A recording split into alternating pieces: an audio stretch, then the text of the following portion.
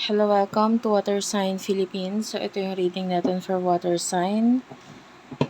Take only what resonates, guys. Hindi ito magre-resonate sa lahat. So, kunin mo lang yung mga messages na magre-resonate for you. Kung hindi ka pa nakaka-subscribe sa ating channel, subscribe na lang po. And please do leave a comment down below. Kahit po heart-heart lang, smileys, malaking bagay na po yun sa akin kasi nagpapakita po talaga yun ng malaking suporta. So, sana po ay mag-comment po kayo sa baba. Okay, so let's start your reading. This is for water sign. I will not be reading in reversal ngayon. Four of Wands, Two of Pentacles, and the Strength card. Taurus, Virgo, Capricorn, Aries, Leo, Sagittarius, Major Arcana, the Strength card. By the way, this is love reading, okay? The Magician, the Moon. Oh, this is a soulmate connection. Eight of Wands is here. And the Page of Swords. Possible na may distance sa inyo nitong person na ito. I feel like this is a person in the past. And nakikita natin na this person is guilty sa emotions niya talaga sa'yo. I feel like may mga issues itong person na ito na ngayon na parang gusto niyang iwasan or layuan. May kinalaman yun sa family issues. And on the other hand, you are this person with the Two of Pentacles na mas importante sa'yo ngayon yung stability. Maybe yung career mo. Maybe with the Strength card kung ano yung nagbibigay ng protection sa'yo. Maybe home. So, these are your focus here. I feel like wala kang pakialam muna sa person na ito. Which is maybe siya yung nagpapasaya, nagpapakilig, at nag-e-entertain sa'yo in the past. Pero, hindi naman siya yung focus mo ngayon. Parang mas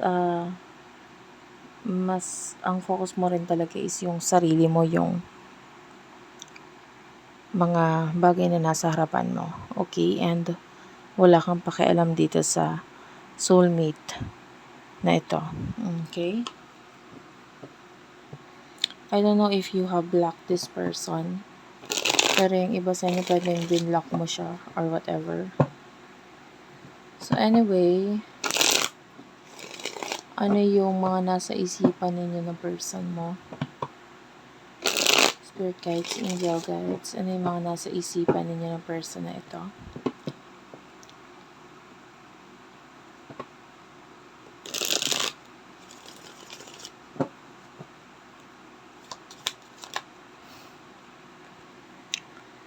Well, ang nasa isip mo is the Six of Cups, the Judgment, and the King of Cups.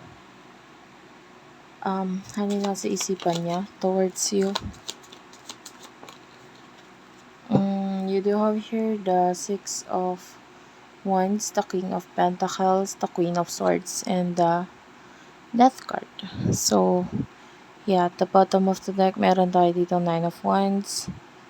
So, ang nakukuha natin dito, pwedeng ang nasa isip mo ngayon is this person in the past, which is high chance na gusto mong puntahan or gusto mong tulungan, alin man doon, or gusto mong abutan, parang ganun. I feel like a father figure, mother figure dito.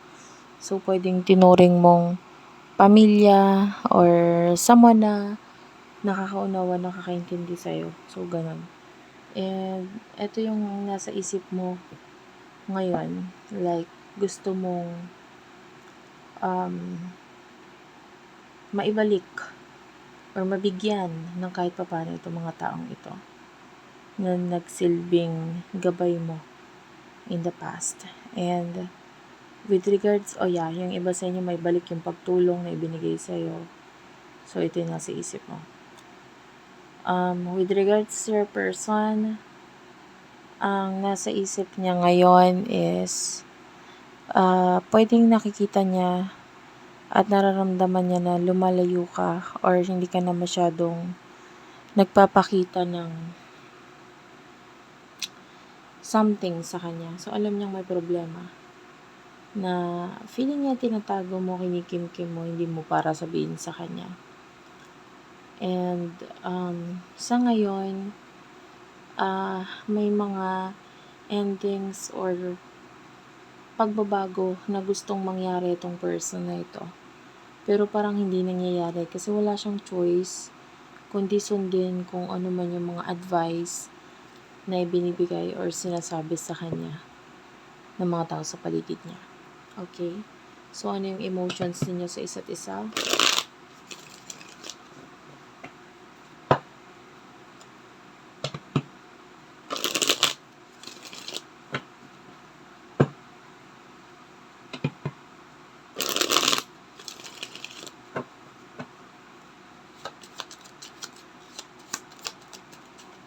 You do have here the Ace of Cups and the Emperor.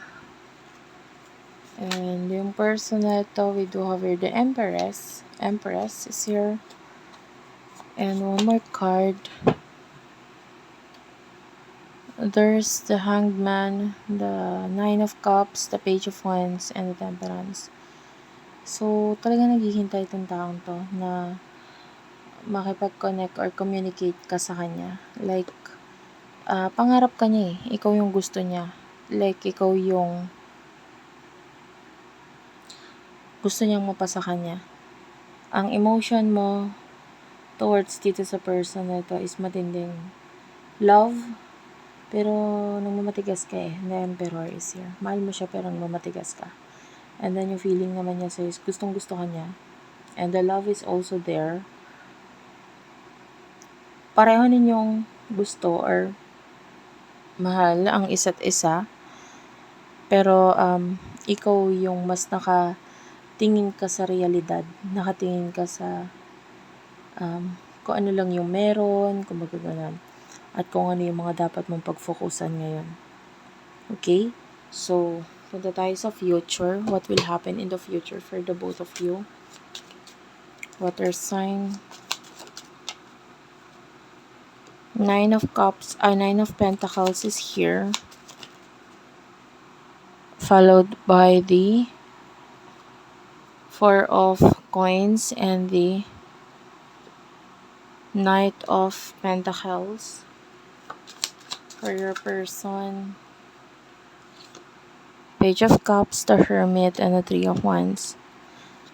Unfortunately, in the future, wala pa rin tayo nakikitang connection kasi nandun pa rin in the future yung pagka-miss nitong taong ito sa'yo. There's a lot of love, pero parang wala siyang choice kundi pansinin yung mga tao sa paligid niya dito. The Hermit, this is your person. I can see na, yeah, this is Virgo energy. Could be dealing with a Virgo. If you're dealing with a single person, so nananatiling single itong taong to in the future. Pero kung hindi siya single, parang wala kasi siyang choice. You know, kung ano yung nandyan sa paligid niya, kung ano yung sabihin sa kanya in the future, nandito pa rin talaga yung ginagawa niya. And this person keeps on wanting you, pero parang talagang may blockage or situation na hindi maalisan dito sa connection ninyong dalawa. And you, on the other hand, with the Nine of Pentacles, you will be more focused sa iyong money, sa iyong success. I can see friends, best friend energy. So, nandun yung focus mo in the future. I can also see you na nagfo-focus din sa pag-iipon.